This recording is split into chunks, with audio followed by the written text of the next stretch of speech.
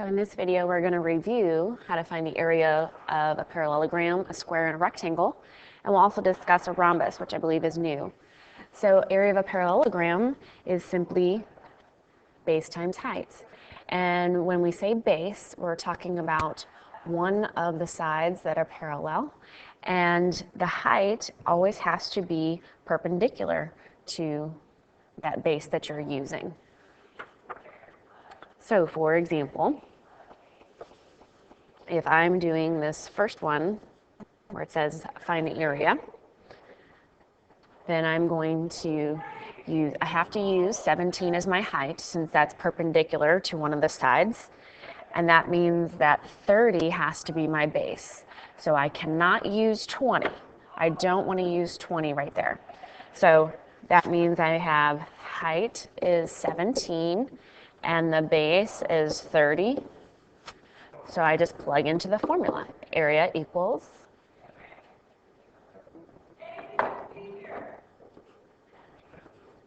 30 times 17, which is 510. All right, so over here on this one, again, I have to use the 4 as my height since that's perpendicular to one of the bases. And then that means I have to use 12 as my base. So I'm going to write my height is 4. My base is 12. That means when I do the area formula, it is 12 times 4, which is 48. So let's review area of squares, rectangles, and rhombuses. All right, square, remember, is a parallelogram with all 4 sides congruent and all 4 angles congruent. So we're just going to do length times width or side squared. Remember, I just have to know one side since all the sides are congruent. And remember, for a rectangle, it's just base times height, just like a parallelogram. And then for a rhombus, area is 1/2 d1 times d2. So d1 is just the diagonal. So I'm going to be doing 1/2 times diagonal times the other diagonal.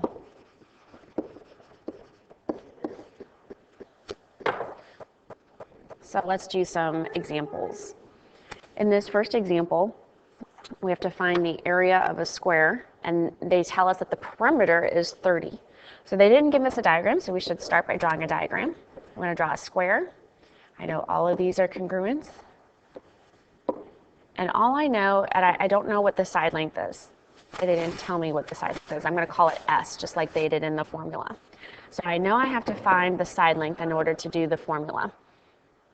So, but they did tell me that the perimeter is 30. Well, how do I find the perimeter of a square? Well, perimeter is just going to be all the sides added up together. So that's just going to be S plus S plus S plus S.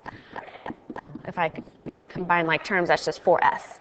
So if I plug in 30 for my P, then I just have to divide both sides by 4. So I'm going to do 30 divided by 4, which is 7.5. So I know that each side is 7.5, and all I have to do now is plug that in. So I'm going to do 7.5 squared, and that's going to give me 56.25. So I find that answer choice among my choices, and that's D. Over here in number 6, we are given a rhombus. So for a rhombus, we know that we need to find 1/2 times the diagonals. So notice that they gave us this distance right here. So they're really telling you that distance. So that's the length of the diagonal. And then when they say 18 over here, they're talking about the diagonal right here. So that's just a way for them to show you the whole diagonal length. So we have what we need in order to find this area. So we're just going to do 1/2. You're welcome to do 0.5 if you'd rather do that in your calculator, times 18 times 18. So if you type that in, you should get 162. Now on the back, we're going to save number 5 for our class because it's a little more involved. And let's look at this one right here with the area. All right, so again, we have a rhombus. I know this is a rhombus because they have marked all four sides congruent. So I know that I'm going to be using A equals 1/2 times D1 times D2. So look at what they gave me though in this one. They gave me that this diagonal is 15, and then they said that this diagonal is x. So we are going to be filling in the pieces that we do know. The area is 330, so I'm going to fill that in for A.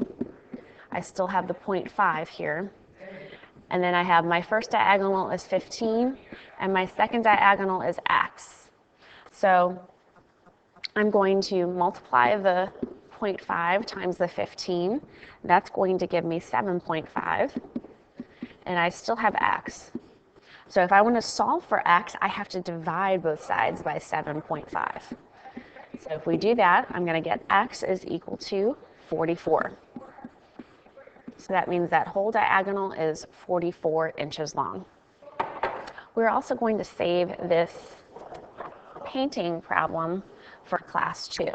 So keep those, don't cross them out or anything. We'll do those in class next time.